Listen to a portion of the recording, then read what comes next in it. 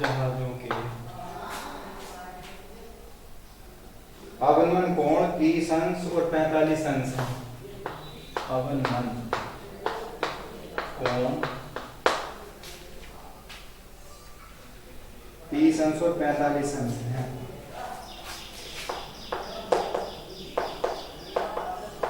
45 अंश है। ठीक। उसके बाद यदि लाइट हाउस के एक ही यदि लाइट हाउस के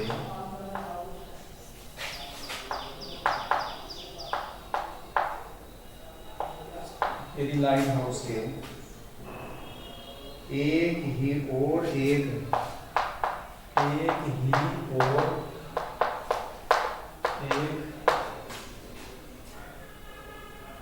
जहाज के ठीक पीछे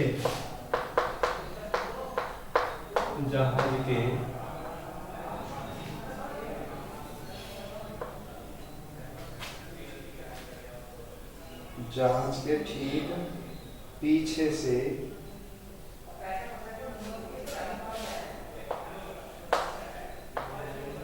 पीछे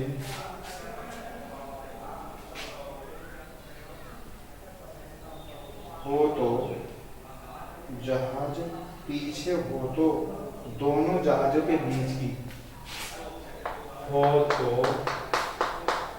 दोनों जहाजों के बीच की दूरी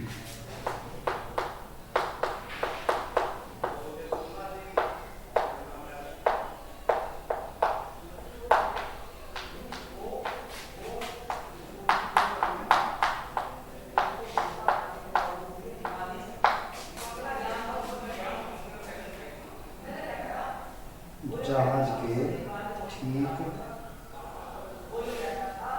पीछे हो तो जहाज के ठीक पीछे हो ठीक पीछे हो। चलो ये क्वेश्चन है।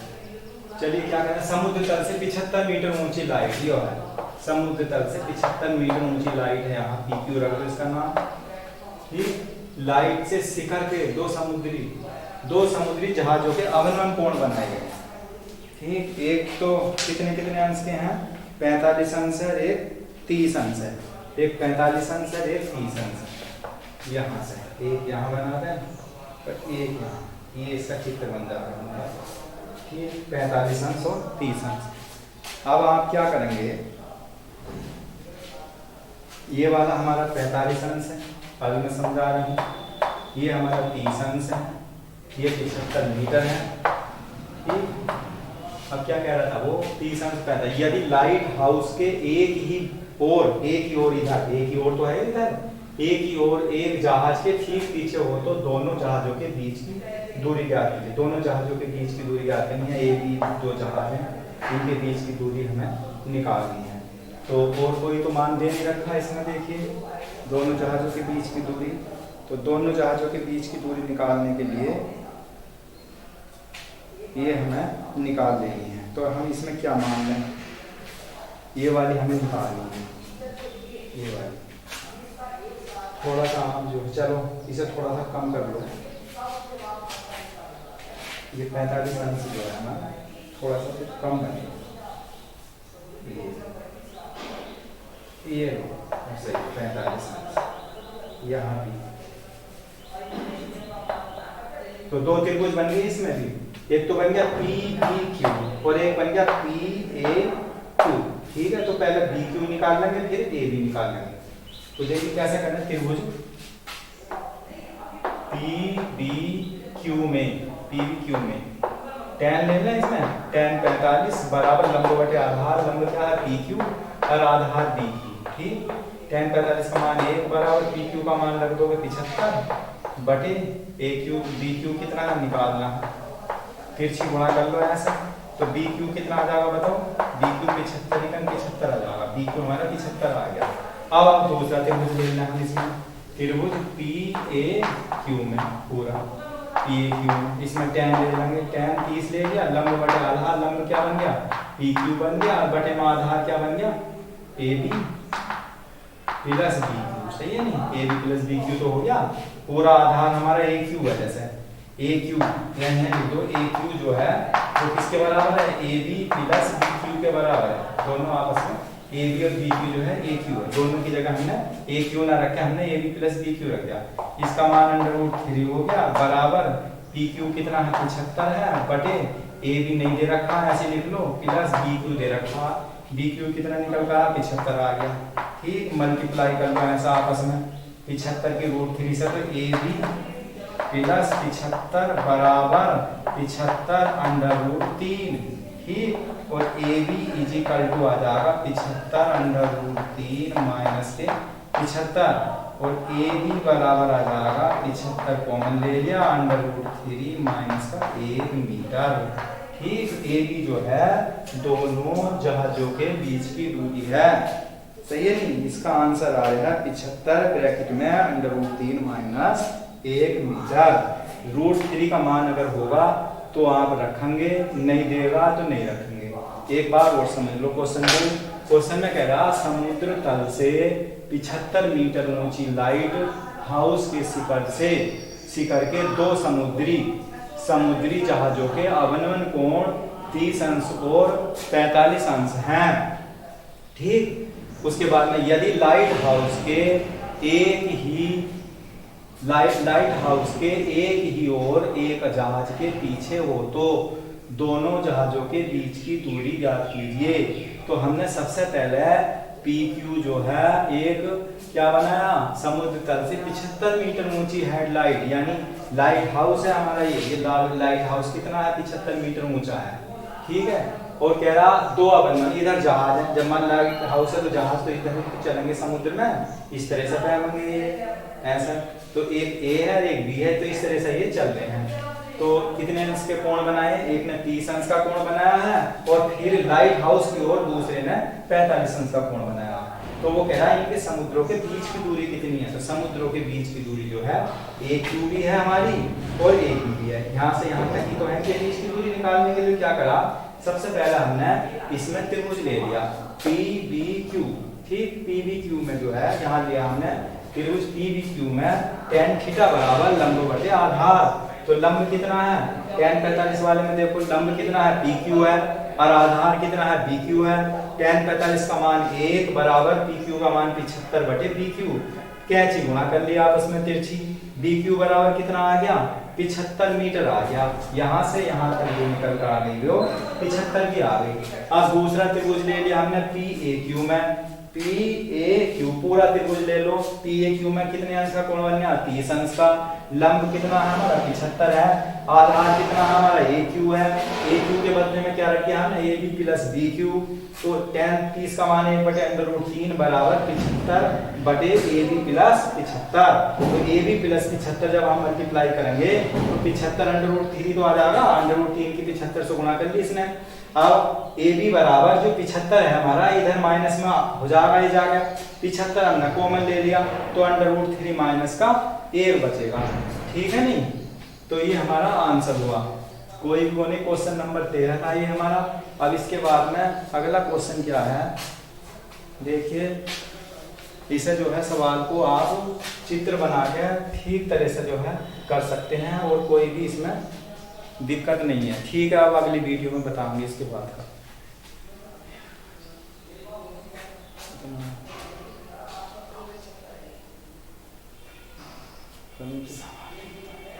चलो फिर, हाँ तो चलिए अगला सवाल और देख लो थोड़ा।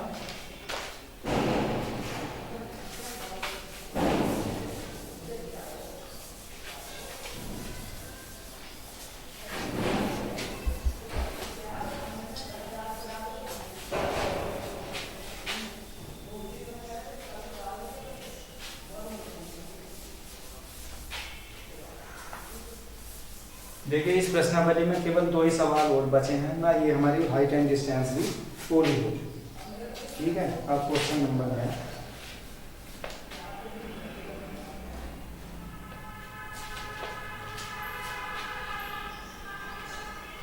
एक सीधा राजमार्ग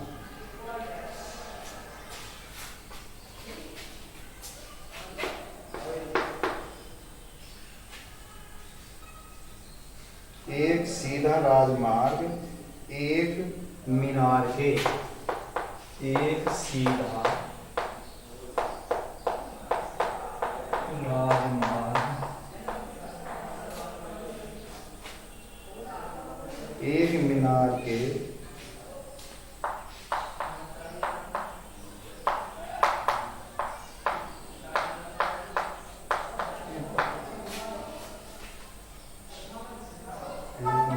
पार तक जाता है।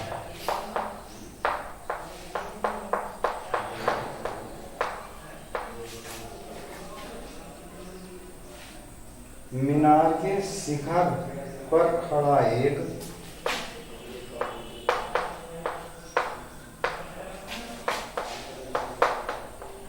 शिखर पर खड़ा एक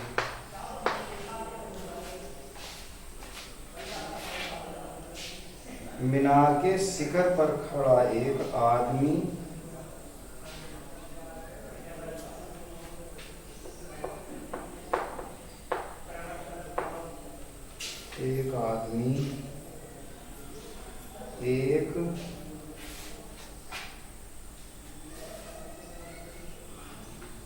एक कार को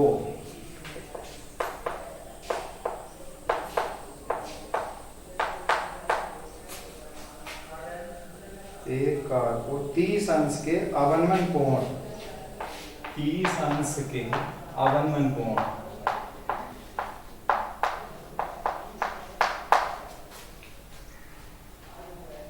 पर देखता है।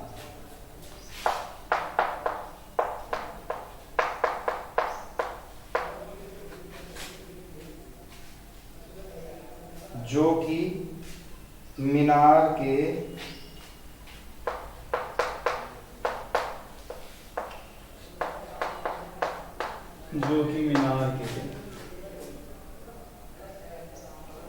बाद की ओर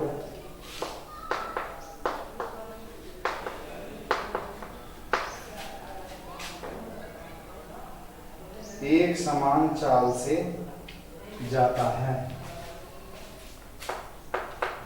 एक समान चाल से जाता है।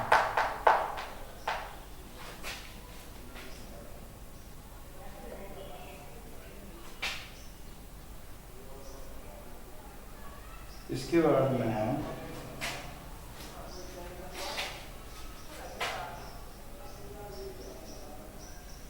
6 सेकंड बाद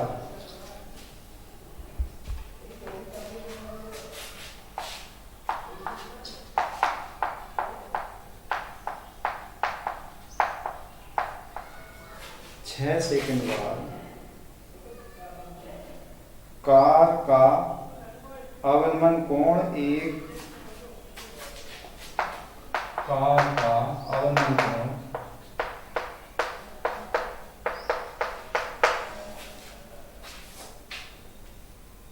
अवनमन कोण 60 अंश हो गया। हो गया 60 अंश हो गया। उसके बाद में दिया इसने इस बिंदु से मीनार के इस बिंदु से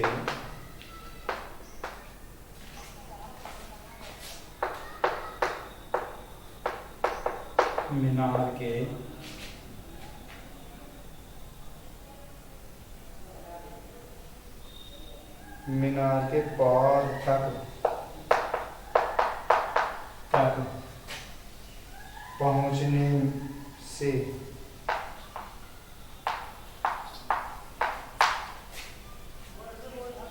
पहुंचने से कार द्वारा